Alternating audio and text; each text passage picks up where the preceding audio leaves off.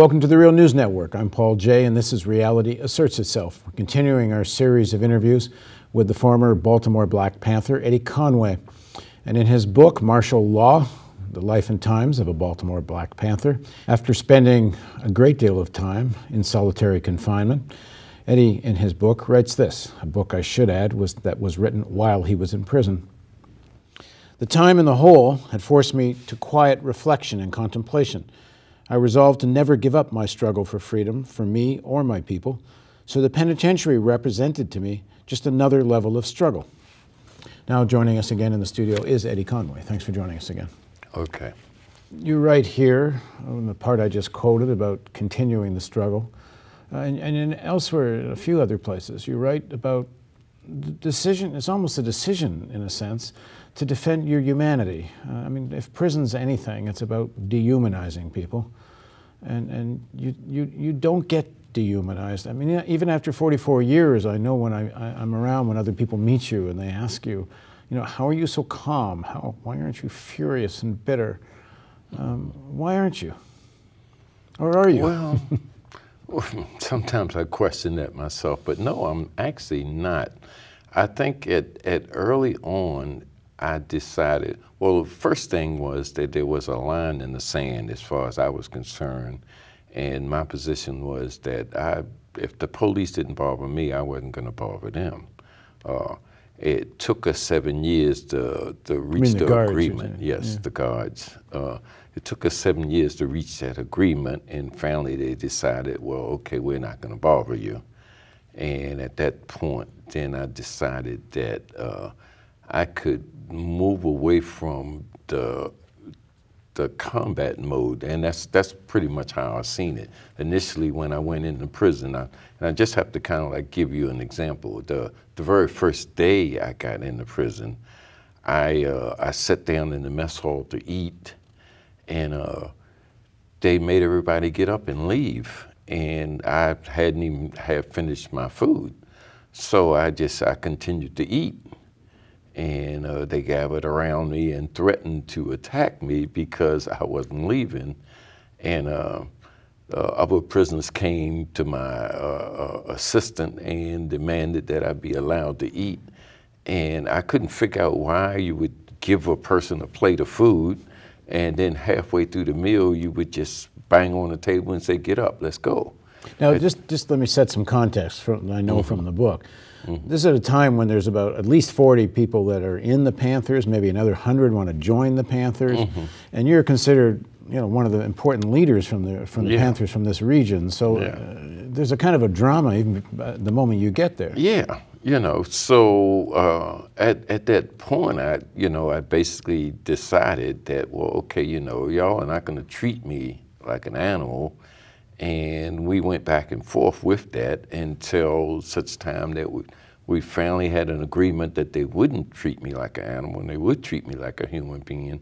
And then from that point on, I pretty much could relax and be myself. You're talking after almost 7 years of solitary confinement. 7 years, yes, of conflicts and challenges and refusal to participate in being treated like an animal. When you're in solitary, what have you got? I mean, can you read? That's pretty much all you have. You can read, and I did do too much reading, in fact. What did you read? What did you have? I read everything I could get my hands on. Initially, I just read a lot of stuff about Black history. I just read a lot of stuff about culture. I read a lot of stuff about world history. People could send you books? Yes, people could send books, and we smuggled books in. And fortunately for me, when I initially got in the prison system, I set up a system, a library. I set a library up in the prison. It was like 2,000 people there and no library. So I set a library up in 2 of the cells up in the prison. And then I set up a survival program that would allow us to send stuff back and forth over to the people in lockup. And so that worked for me also because I actually used it. And so I got books I read, and I held political education classes at night for the rest of the guys that wanted to participate. Matter of fact, the whole something like 400 or 500 guys would just be quiet, and they would allow for like political education. And so we did a lot of that. And we did have illegal radios that we smuggled around through the back channels of the cells. So you did get to listen to a program here or news there if some kind of event happened. But there were no TVs, and there were pretty much nothing else. Yeah. When you're alone with your books for almost 7 years, what happens in terms of your political resolve? And do you start to wonder, did I make a mistake? And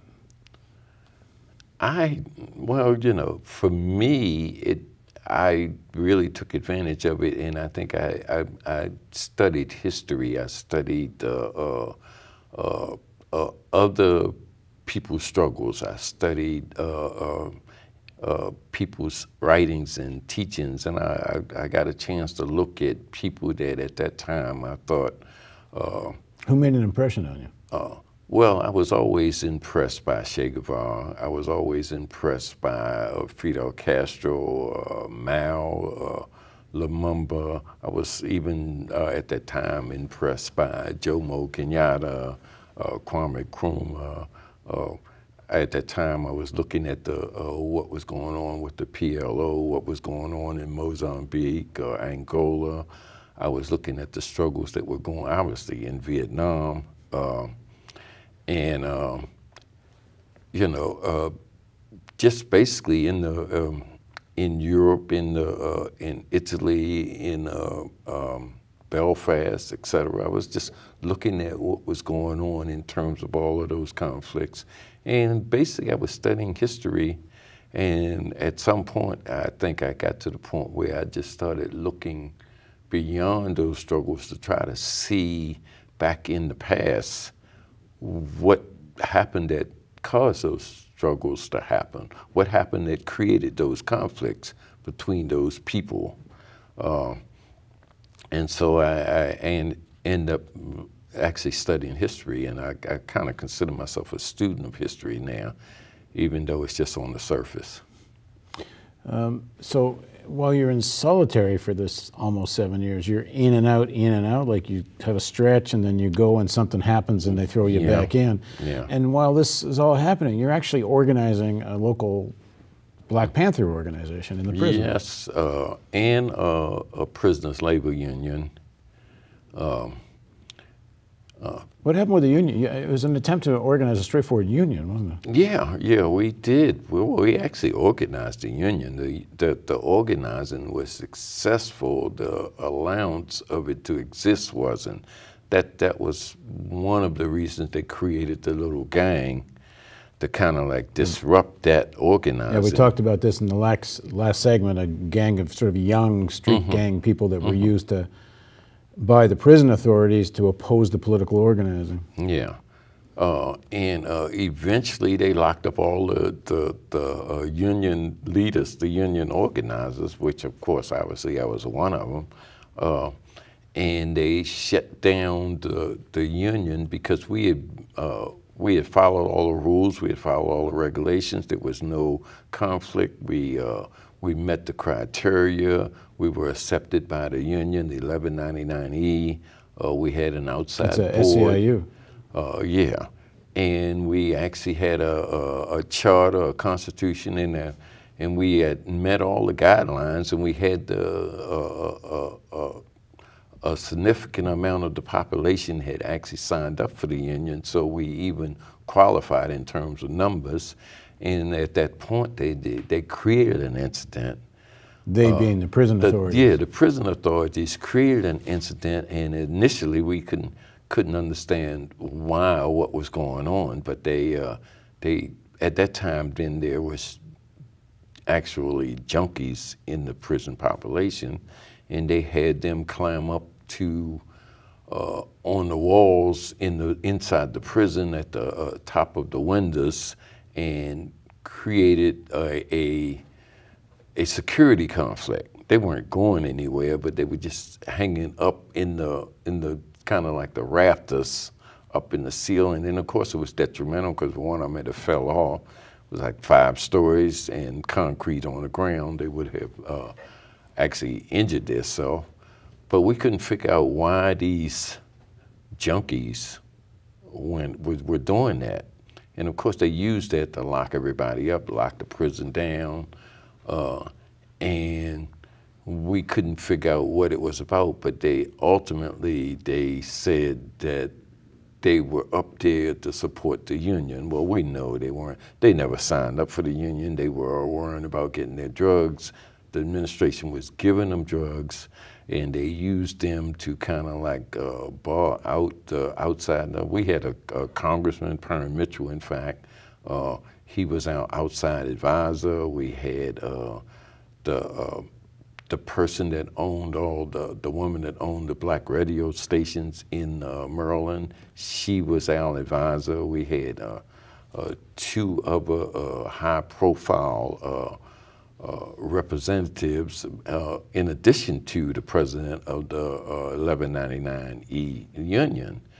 And they barred all them out and claimed that they had instigated trouble inside the prison. They were no longer, the congressman, of course. They and were no the union was to represent union work, prison labor. Yeah. Because yeah, you're working, you're working for minimum wage. We was asking for minimum wage.